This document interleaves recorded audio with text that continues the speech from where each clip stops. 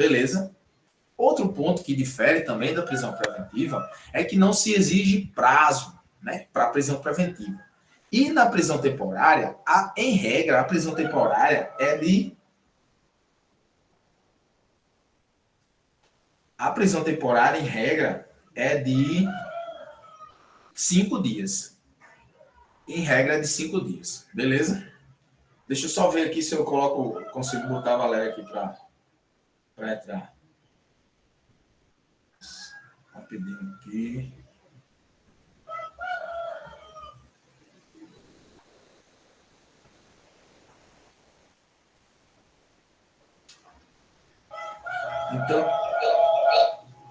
Então, em regra, pessoal, em regra, a prisão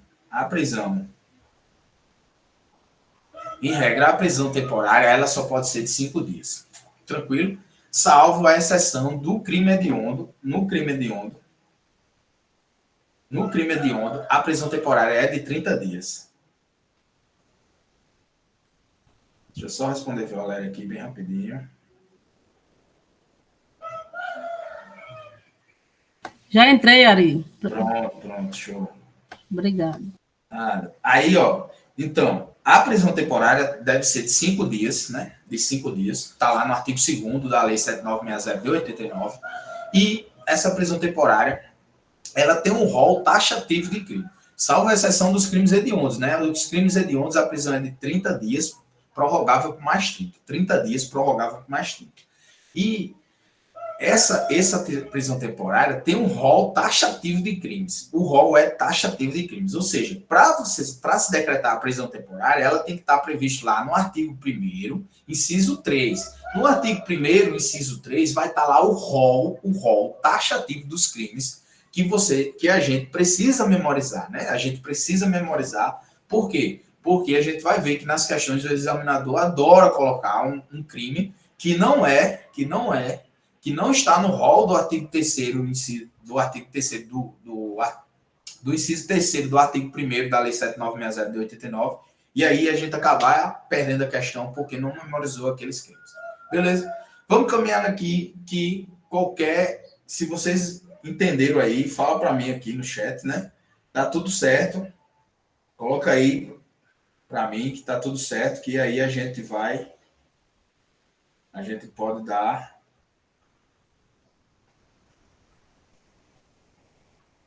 Pronto, o Octato perguntou. Ari, o modo de como o crime é praticado pode justificar a decretação da prisão preventiva? Olha só. Tá, a gente vai ver, tá, quando a gente caminhar um pouquinho, que para o juiz decretar a prisão preventiva, ele precisa se debruçar sobre o caso concreto e justificar, ainda que o crime seja superior a 4 anos, né? A pena máxima do crime seja superior a 4 anos. Ainda que ele fundamente lá naquele requisito da manutenção da ordem pública. Ele tem que fundamentar a decisão dele no caso concreto analisado. O pacote anticrime alterou o artigo 312 justamente para trazer essa previsão de que o juiz, quando ele for se debruçar sobre o caso concreto, ele enfrenta os argumentos, né, do caso concreto que ele é submetido, para evitar que se decrete a prisão preventiva com base na repercussão que o crime tomou, né? Não se pode decretar a prisão preventiva unicamente com base na repercussão que houve pelo clamor público, né, do fato, o modus operandi de que o fato foi praticado. O juiz, ao decretar a prisão preventiva, ele vai ter que colocar num daqueles 4 requisitos: manutenção da ordem pública, manutenção da ordem econômica, pela assegurar a aplicação da lei penal e para assegurar a persecução penal, ele precisa, no caso concreto, enfrentar todos os argumentos do caso concreto e não pode fundamentar ele não pode fundamentar na gravidade em abstrato do crime, ou seja, com base no modus operandi, né, que o réu ou o investigado ele praticou a infração, né, por mais que seja uma infração desprezível, né? Uma infração repugnante, né? Vil, ainda que seja uma infração que traga esse clamor público, né? Ele tem que fundamentar a decisão dele na gravidade em abstrato do crime, né? Ele tem que se debruçar sobre o caso concreto e fundamentar a decisão dele. Ele não pode fundamentar com base no modus operandi do crime, ele não pode fundamentar com base no modus operandi do crime, ele não pode fundamentar na gravidade em abstrato do crime, né? Porque o crime é um crime que traz clamor público, ele não pode, ele tem que analisar o caso concreto que lhe é submetido. Deu para entender? Isso aí já era uma celeuma doutrinária muito grande, né? Porque muitas vezes as decretações... Sim, para entender, obrigada. Vamos, mas foi uma pergunta boa, porque essa pergunta ela seria respondida um pouco mais à frente quando a gente for analisar esses casos. Porque, ó, pessoal, se vocês vêm caminhando com a gente desde lá do primeiro módulo, vocês vão ver que quando a gente falou lá do princípio da proporcionalidade, ele vai se encaixar muito bem aqui nessas prisões. Por que eles vão se encaixar aqui muito bem nessa prisão? Primeiro, que a prisão, né? Como não se estabeleceu a culpa do sujeito, você veja, a gente está encarcerando o sujeito, né? Eu estou tirando ele da sociedade antes que o processo corra, né? Antes que eu estabeleça a culpa dele, né? Com todas as defesas, como a gente estudou, né? O princípio da ampla defesa, do contraditório, né? Do nem tenet se detegere, né? Aquela que ninguém é obrigado a produzir prova contra si mesmo, da não autoincriminação. A gente estudou todos aqueles princípios do processo penal, né? Porque eu estou intervindo em direitos fundamentais caros, né, para o sujeito, né, que é a liberdade dele, estou tirando ele da sociedade sem nem ter processo ainda, né? Eu estou tirando ele sem nem dar a chance dele se defender no caso concreto. Porque quando o delegado representa por uma prisão temporária, né, ou o delegado ele representa por uma prisão preventiva, na temporária, no artigo 2º, parágrafo 1º, o delegado, quando representa, ele diz assim, um dos pedidos dele, né, na representação, ele diz, dado exposto, né, representa pela prisão temporária do investigado, né, ouvido o Ministério Público, que é o artigo 2º, parágrafo 1º, né, e ele pede para que o juiz dê o contraditório postergado ou diferido para a defesa. Por que o contraditório postergado ou diferido para a defesa? Porque a regra é que toda decisão do juiz, o juiz submeta as partes, né? Submeta ao Ministério Público e à defesa. Mas, nesse caso concreto, quando o delegado representa pela prisão temporária, para que não se esvazie a medida de prisão temporária, ou seja, para que a medida não perca a eficácia, ele diz, olha, doutor juiz, decreta a prisão temporária dele e deixa ele se defender no momento posterior, porque se o senhor dá a oportunidade dele se defender agora, né, provavelmente o investigado fuja e essa decretação da prisão temporária dele perda a eficácia. Então, é o contraditório diferido ou postergado, ou então, o que a gente chama inaudito altera parte, né? É a decisão inaudita altera parte do juiz, que é essa decisão sem ouvir a outra parte. Por isso, né, que quando a polícia chega para cumprir o mandado de prisão, pega todo mundo ali, né, de surpresa. Por quê? É justamente para pegar essa surpresa, porque se der a oportunidade de o investigado se defender, provavelmente ele fuja, né, e esvazie toda aquela medida da prisão temporária ou da prisão preventiva. Tranquilo? A gente vai caminhar aqui mais um pouquinho, para que eu não me alongue muito na revisão e a gente consiga concluir o conteúdo. Vamos lá. Eu trouxe aqui a literalidade do artigo 311, que traz para os senhores o seguinte. Ó, em qualquer fase da investigação policial ou do processo, o que quer dizer isso aqui? Que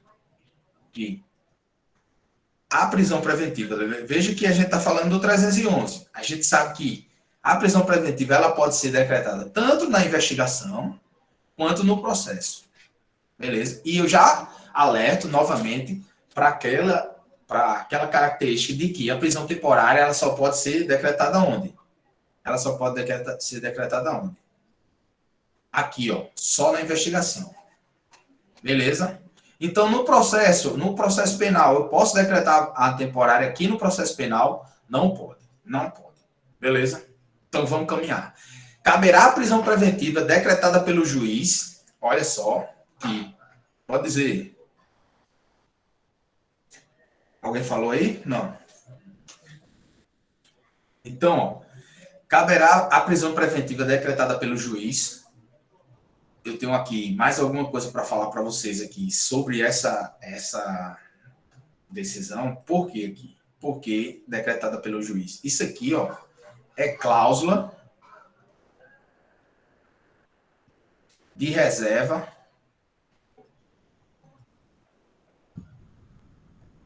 de jurisdição absoluta. O que quer dizer isso? Que prisão só pode ser decretada com ordem fundamentada da autoridade judiciária competente. Ou seja, para decretar a prisão de alguém, é cláusula de reserva de jurisdição absoluta. Por quê? Porque somente o juiz pode decretar a prisão do sujeito. Somente o juiz. Quando a gente estudou o princípio da proporcionalidade, né, e ele se encaixa muito bem aqui, como eu havia falando, quando a gente estudou o princípio da proporcionalidade, a gente viu que exige-se um requisito formal e um requisito material. Um requisito formal e um requisito material. Quer dizer isso aí? Um requisito formal, um requisito material. Quer dizer, um pressuposto formal e um pressuposto material do princípio da proporcionalidade. O pressuposto formal quer dizer que o princípio da proporcionalidade ele tem que estar devidamente enquadrado no princípio da legalidade. Ou seja, aquela ação do juiz, do delegado, do promotor, para ele estar enquadrado na proporcionalidade, ele precisa estar previsto em lei. Isso é um pressuposto formal do princípio da proporcionalidade. E o pressuposto material? O pressuposto material é de justificação teleológica, já fazendo uma revisão lá do princípio da proporcionalidade. O que é esse pressuposto material do princípio da proporcionalidade ali? É de justificação teleológica. O que quer dizer isso? Quer dizer que aqueles fins que eu estou perseguindo, tanto o delegado, como o promotor, como o juiz, os fins perseguidos é constitucionalmente legítimo. Os fins perseguidos é constitucionalmente legítimo. Por isso que se diz de um pressuposto material do princípio da proporcionalidade. Pressuposto material do princípio da proporcionalidade, justificação teleológica. O que quer dizer isso? Justificação teleológica é que o princípio da proporcionalidade ele tem que estar conjugado com a Constituição, né? Os fins perseguidos têm que ser constitucionalmente legítimos, né? O que eu quero buscar com aquela medida tem que ser constitucionalmente legítimo e tem que ter relevância social. Ou seja, se ainda que o meu ato, né, a conduta do delegado ou do promotor ou do juiz, ele esteja enquadrado na Constituição, se ela não tem relevância social, não se deve, é uma medida desproporcional, tranquilo? Então, a gente falou do pressuposto formal, que é o princípio da legalidade, a gente falou desse pressuposto material, que é de justificação teleológica, que os fins perseguidos têm que ser constitucionalmente legítimos e que tem que ter relevância social. E aí, eu passo para uma segunda análise do princípio da proporcionalidade, que é um requisito intrínseco e um requisito extrínseco. O que é esse requisito intrínseco do princípio da proporcionalidade? A gente vai estudar aqui, quando a gente analisar o artigo 282, inciso 1 e 2, a gente vai falar de adequação e necessidade da medida. Adequação e necessidade. Que aquela medida, aquela medida de representação de qualquer cautelar, ela deve estar adequada e necessária. Deve ser adequada e necessária. A gente já fala sobre isso. Então, quando eu analiso esse requisito extrínseco, eu analiso a jurisdicionalidade. O que é essa jurisdicionalidade? É que essas medidas de prisões, ela tem que ter, ela se submete a justamente aqui, ó, a cláusula de reserva de jurisdição absoluta. A cláusula de reserva de jurisdição absoluta. Deu para entender? Deu para entender que esse princípio da proporcionalidade ele se enquadra muito bem aqui, e isso, perceba porque era o que a doutrina já falava há muito tempo, que muitas das medidas cautelares, das medidas prisionais no Brasil, ela não tinha proporcionalidade.